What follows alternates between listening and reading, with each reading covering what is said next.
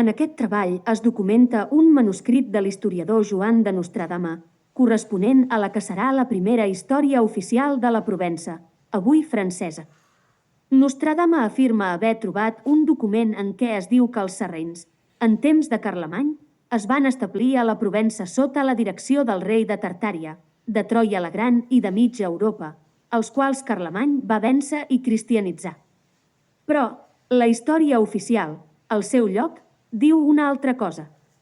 Segons es creu, els sarraïns van venir del Pròxim Orient, pel nord d'Àfrica, van arribar a la Provença, però van ser repel·lits per avantpassats de Carlemany. Carlemany no els va convertir al cristianisme, sinó que els va obligar a retirar-se més al sud, on van establir un califat que serà rememorat com l'Al-Àndalus. En canvi, els qui es van establir a la Provença van ser els visigots, provinents de la frontera amb Tartària, que sí que es van cristianitzar, però abans que arribés Carlemany.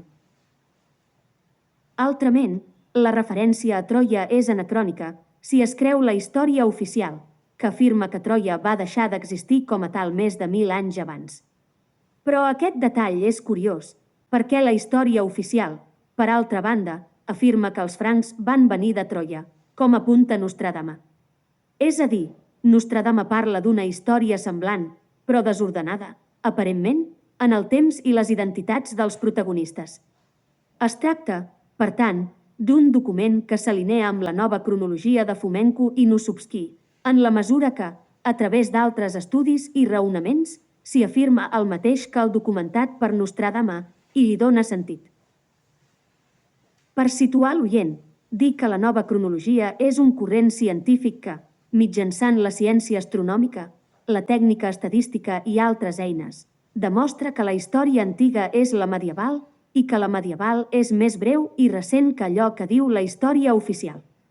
En aquest sentit, és important entendre que la seva anàlisi requereix familiaritzar-se amb un altre mapa mental de la història.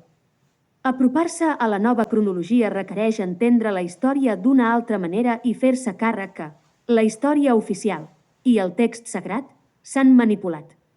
És a dir, requereix conèixer les històries bíblica i medieval, saber-les interpretar i tenir la capacitat de qüestionar-les. Qui vulgui disposar de més informació, la pot cercar a la xarxa o en aquest canal. Així mateix, aquest treball en particular forma part de la investigació que, com a col·laboració desinteressada, desenvolupa la hipòtesi X185, a càrrec d'Andreu Marfull, que ha estat supervisada per Fomenko i Nossobski. Finalment, per tancar aquesta introducció, només indicar que, en aquest vídeo, s'usarà una sola imatge, la que es pot veure a la pantalla, a la qual la narració de l'àudio es remetrà puntualment. Hi apareixen 6 referències bibliogràfiques que s'aniran citant com a referència número 1, número 2, número 3, etc. Tornant al fil conductor d'aquesta manera d'abordar la nova cronologia, com a contextualització, dir que els Nostradama són una família molt propera a l'historiador Joseph Justus Scaliger, que és qui, oficialment, dissenya el mapa cronològic oficial, que qüestiona obertament la nova cronologia indicada. El pare de Scaliger va ser mecenes del conegut Michel de Nostradama, latinitzat com a Nostradamus, famós per les seves profecies, que és el germà de Joan de Nostradama, l'autor de l'esmentat manuscrit. És, doncs, rellevant. En aquest sentit, convé destacar que, per entendre'n la importància, és imprescindible veure la història d'una altra manera. De fet, d'una manera totalment diferent de l'oficial. Una història que, en el seu tram final, resol el que és, probablement, el misteri més ben guardat de tota la humanitat, el de la veritable identitat de la jueva Maria Magdalena, que la tradició situa, precisament, a la Provença. Comencem. El manuscrit de Joan Nostradama és un conjunt de notes escrites a mà en què es descriu la història de la Provença, encaixant-la amb el calendari oficial, però no aporta les fonts i està escrit amb una clara intenció de no esmentar la naturalesa del poder jueu de la terra que, a l'edat mitjana, ocupa la Provença, fins a Bordeus, amb capitalitat jueva a la Narbona.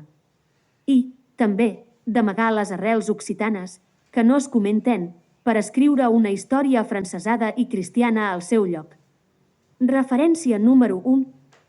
Es tracta de l'esborrany d'un capítol singular del projecte europeu d'escriure la història, propi de l'època, que Cèsar Nostradamus, el fill del conegut Nostradamus, completa, ara sí, amb fonts i com un llibre enciclopèdic, que s'edita l'any oficial de 1614. Referència número 2. El primer document és un esborrany incomplet, si bé conté allò essencial, i el segon és impressionant i està escrupolosament documentat amb tot luxe de detalls.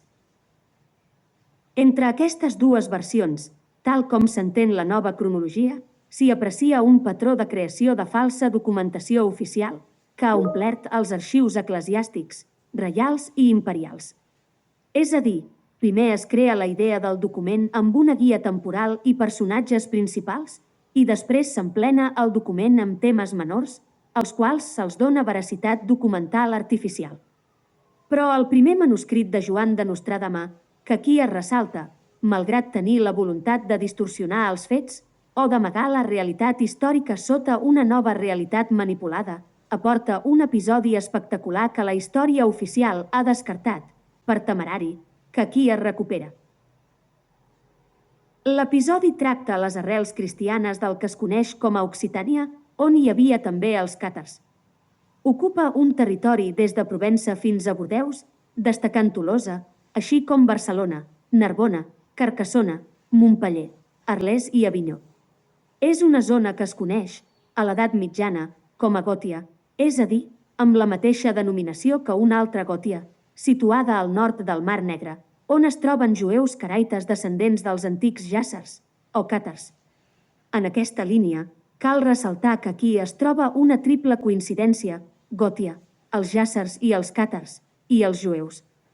És àmpliament sabut i acceptat, si bé poc reconegut als llibres d'història, que la Gòtia occitana va ser un feu jueu. En aquest sentit, cal destacar l'existència d'un altre treball de recerca que ho corrobora.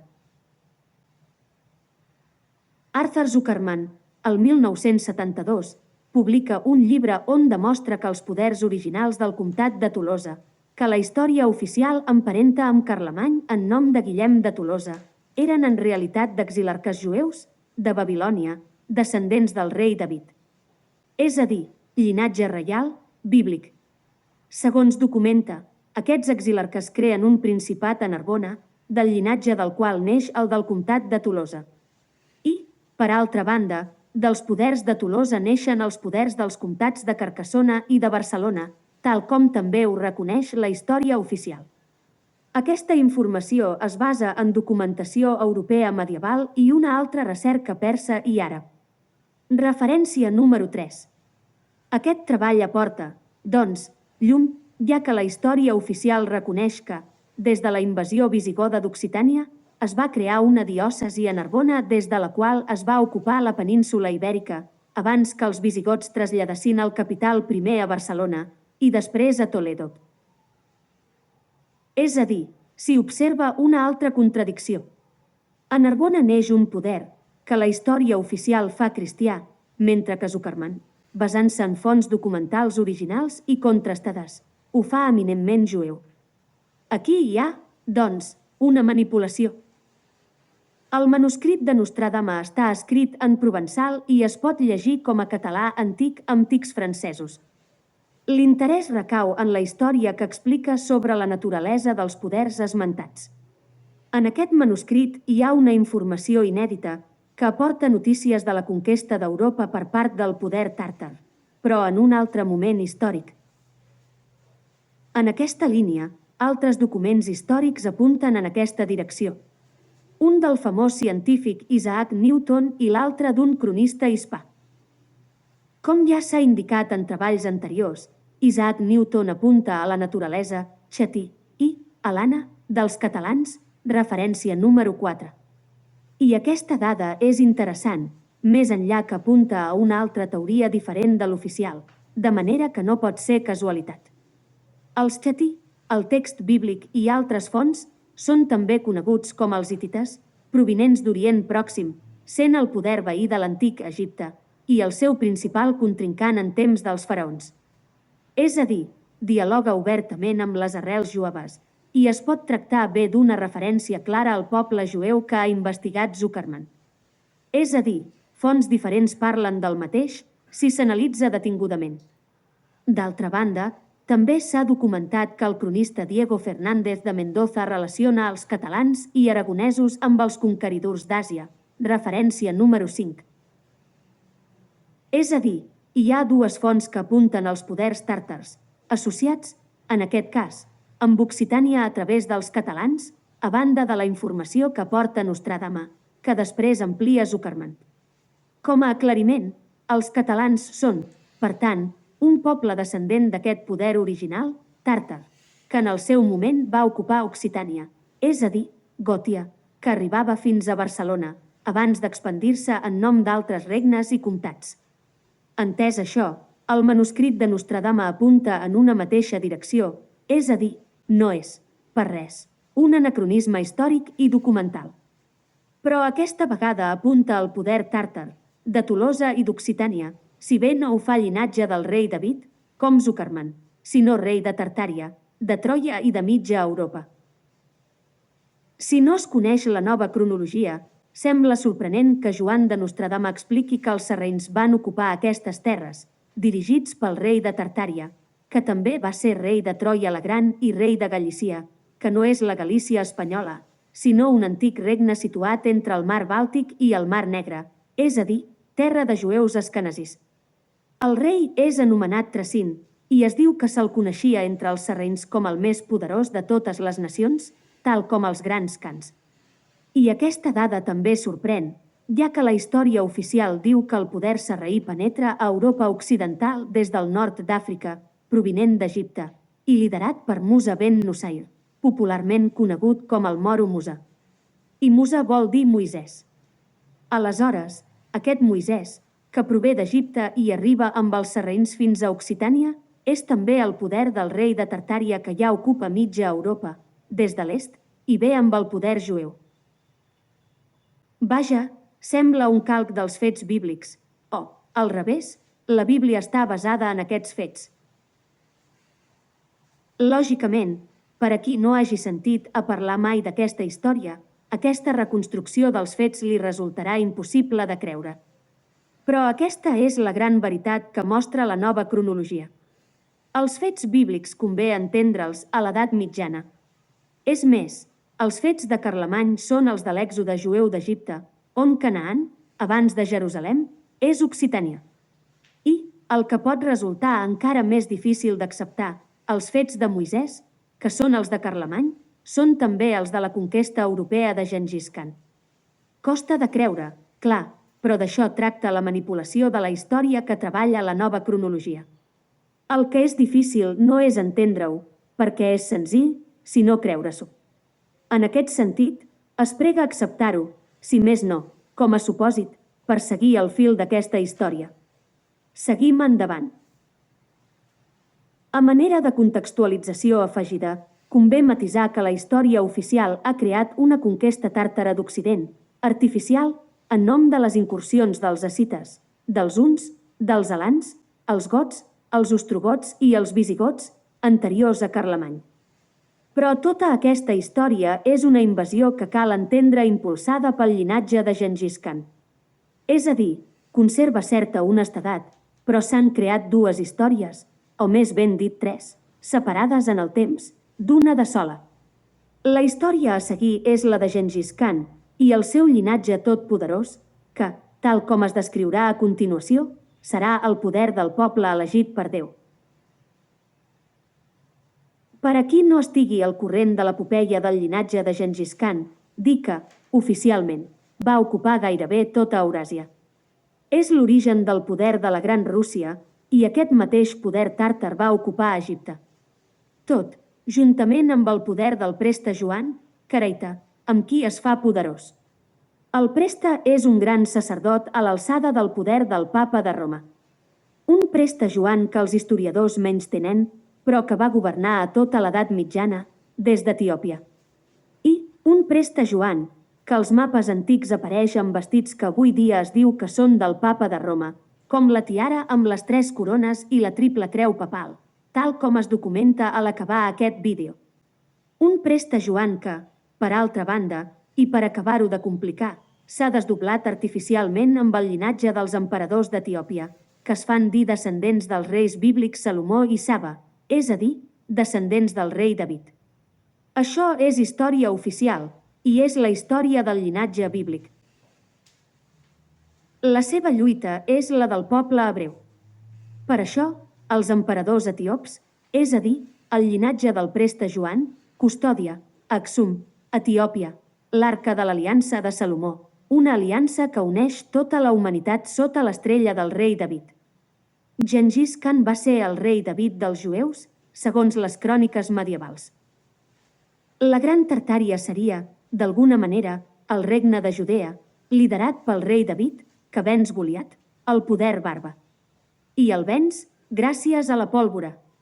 Conclusió, la Bíblia hebrea honra l'epopeia del llinatge del rei David, és a dir, Gengis Khan. Aquest és el punt de la història on tot encaixa o és impossible de creure. En aquest sentit, si el teu cas és la incredulitat, recomano que tornis a començar. En tots els casos, els animo que facin un esforç. Que tornin a començar les vegades que calgui, perquè encara hi ha més coses a saber i cal resoldre el misteri de Maria Magdalena. Entès això, seguim. En un llenguatge neocronològic, el pont entre els fets bíblics i els tàrtars no és cap problema. Al contrari, ho aclareix tot. La història ha estat manipulada cronològicament i el text sagrat fa referència al poder tàrtar, que s'ha adulterat i alhora s'ha enviat deliberadament a un passat artificial. Així, la primera arribada dels sarraïns a Occident s'ha d'entendre com l'arribada dels poders de Gengis Khan i de l'èxit de l'èxode d'Egipte del poble d'Israel.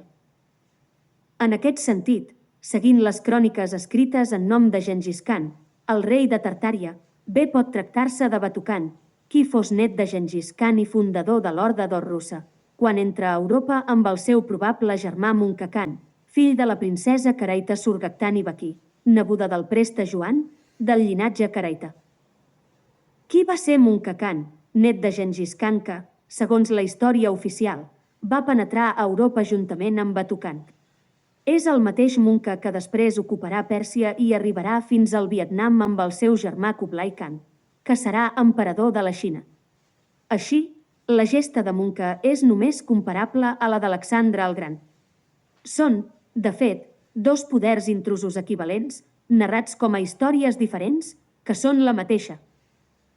És a dir, en una conquesta colossal, difícil d'imaginar, aquest llinatge ocupa tota Euràsia, fins al nord d'Àfrica, i els seus líders es proclamen reis de reis, els amos del món.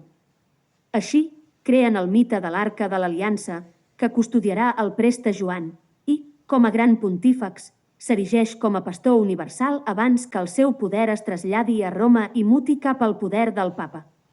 Sí, com has entès, el poder del papa és una mutació del poder del preste Joan.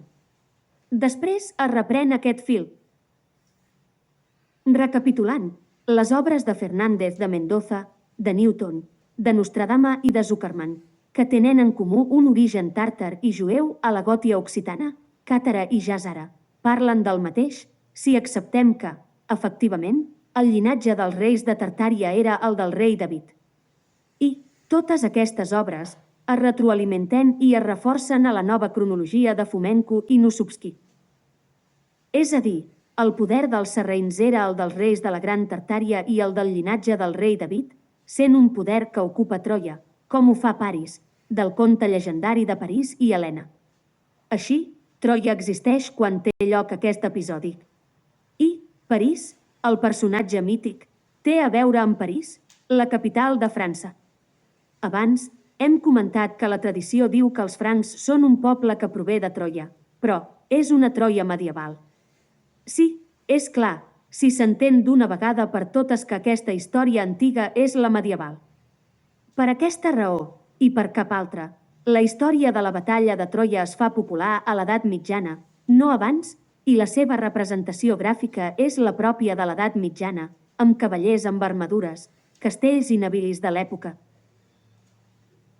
Ens trobem, doncs, amb una crònica sorprenent que, juntament amb altres fonts i amb l'encaix neocronològic, apunta al poder franc i provençal, que també és tàrtar i jueu. Com es pot constatar, la història oficial fa del primer comte de Tolosa un poder franc i cristià, del llinatge de Carlemany, mentre que Nostradama el fa tàrtar, i Zuckerman jueu i babilònic. Tots tres poders són enormes. Són tres versions de la mateixa història. Però per acabar de complicar la realitat històrica, la història escrita consensuada ha creat un patró eminentment cristià, que no deixa lloc possible per al dubte raonable. Allà on se sap que neix un poder jueu, a Occitània, la història oficial fa florir el poder cristià benedictí, el model monàstic únic i principal que és l'essència de la cristianització real d'Europa occidental, degudament documentada. Segons la història oficial, és el mateix Carlemany qui hi promou, a Aniana, al costat de Montpeller, l'arrel benedictina que s'estendrà per tota l'àrea d'influència carolíngia.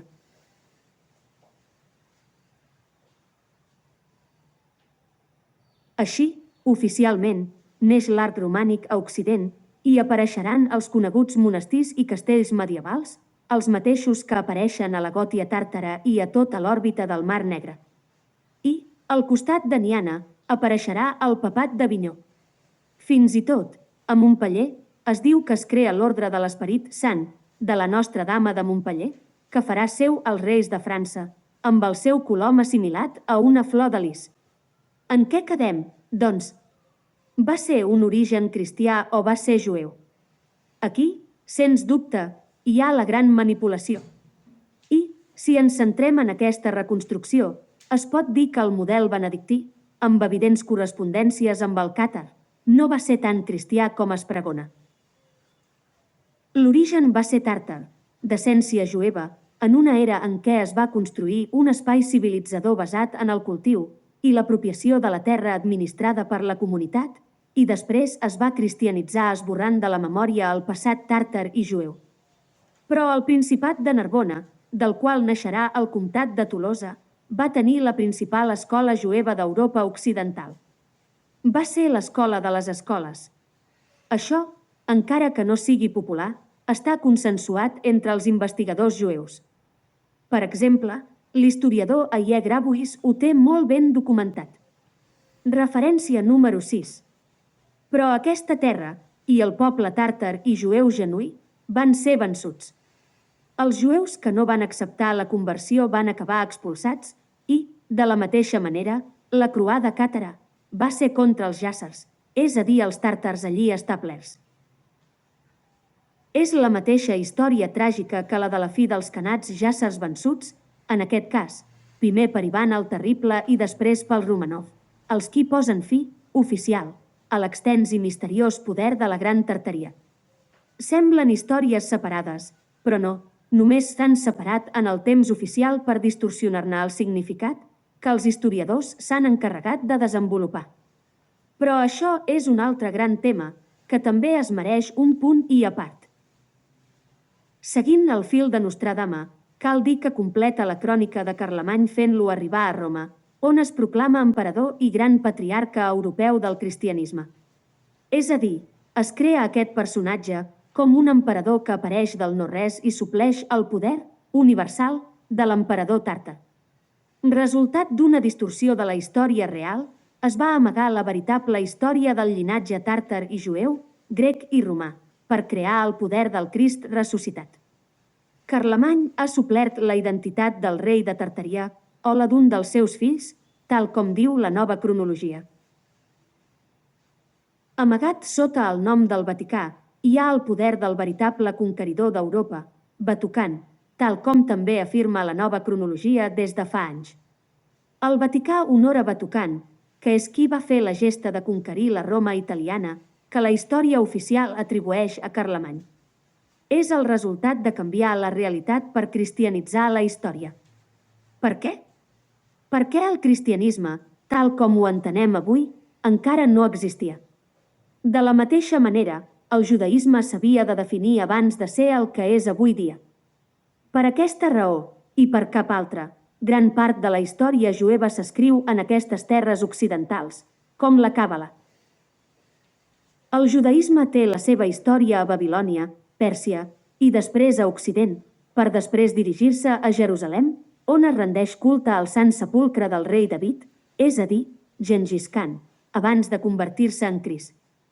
Les famoses croades, que oficialment funden el regne de Jerusalem a l'edat mitjana, van ser el més semblant al regne bíblic d'Israel abans de la gran manipulació.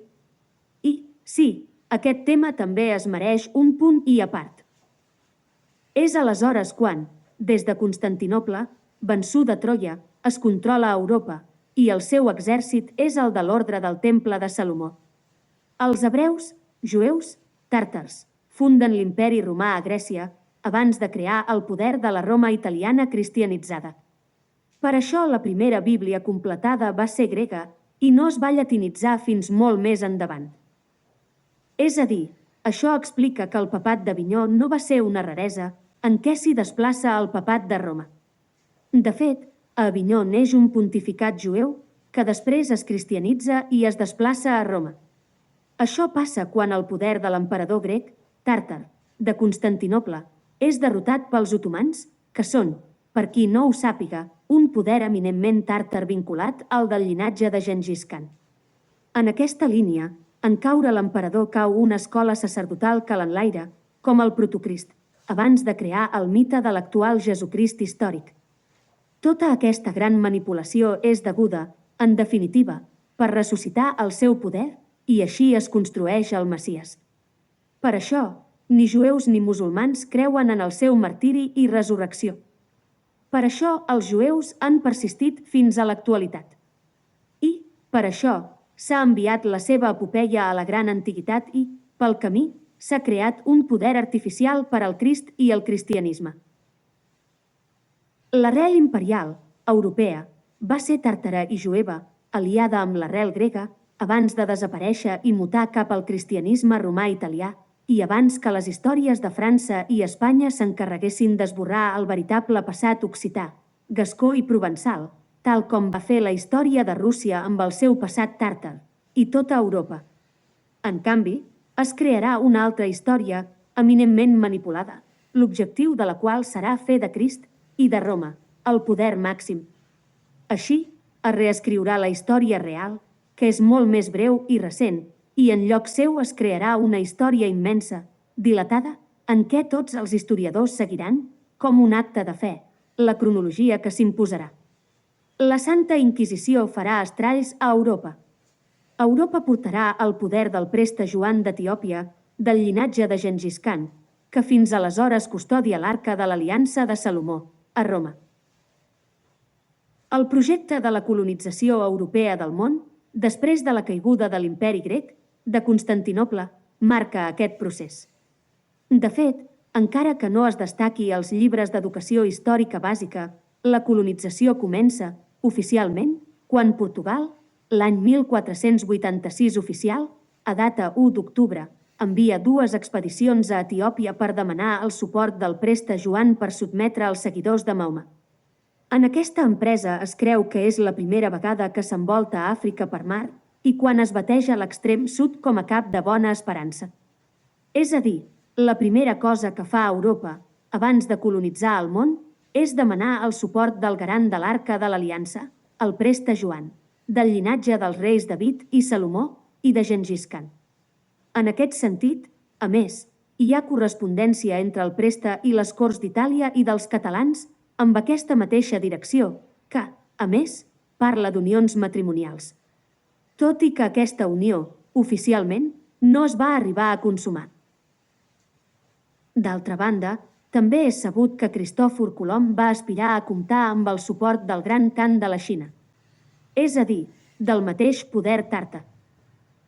Així comença un segon projecte colonitzador, amb el suport del preste Joan, just quan, segons la història oficial, el papa de Roma revoluciona el món i decideix ocupar el lloc del preste, amb la seva autoritat, i just quan el preste la perd definitivament. Tal com es pot observar, el poder del preste serà el del papa de Roma. I aquest projecte colonial serà el darrer capítol de l'Apocalipsi, l'únic veritablement profètic. És a dir, tota la història dels 4 genets de l'Apocalipsi i la gran destrucció que dona lloc a una aliança fa referència a la gran conquesta tàrtara, però l'anunci de la futura vinguda de l'àngel de Jesús, entès com un cavaller totpoderós que tornarà a dominar sobre tota la terra, és la manera com es presenta la Roma europea davant el món sencer, convençuda del seu èxit. Així, Europa s'imposarà a tot el món, menys al Pròxim Orient. Però, al final, es pactarà amb els otomans. És la famosa aliança franco-otomana que dura fins a temps de Napoleó. I la Companyia de Jesús s'encarregarà d'ocupar la resta dels imperis, fins i tot la Xina i el Japó, per imposar la cronologia oficial.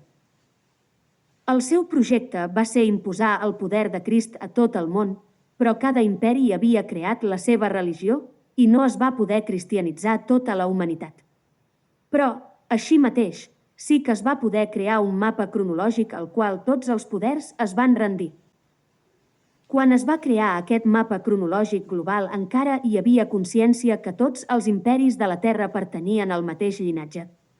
Fins i tot, a Amèrica, una qüestió que també es mereix un estudi a part. I què va ser de la història de la terra occidental dels jueus? La família Nostradama, juntament amb l'autor de la cronologia oficial, Scaliger, van liderar la gran manipulació de la història. Ells eren hereus del poder jueu que van amagar, encara que, probablement, no van existir realment. Van ser personatges creats. Darrere seu s'amaga el poder màxim eclesiàstic i imperial.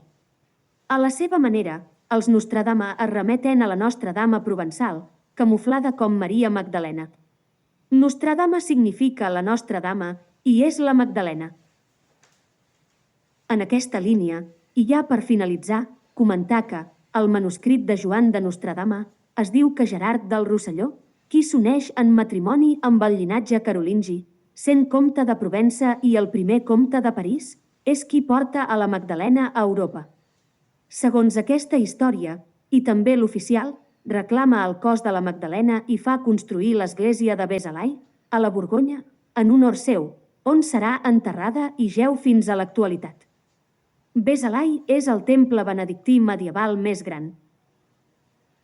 És a dir, la Magdalena apareix aleshores no farà 2000 anys. Arribats a aquest punt, la pregunta que ve a la ment, doncs, és qui va ser realment Maria Magdalena? Va ser la dona, la mare o la filla del rei de Tartària. És a dir, la mare del llinatge jueu i tàrtar, després cristià, de tots els poders d'Europa occidental. Probablement caraita, jueva. Aquest és el veritable Sant Grial, la veritable sang real i la seva veritable història.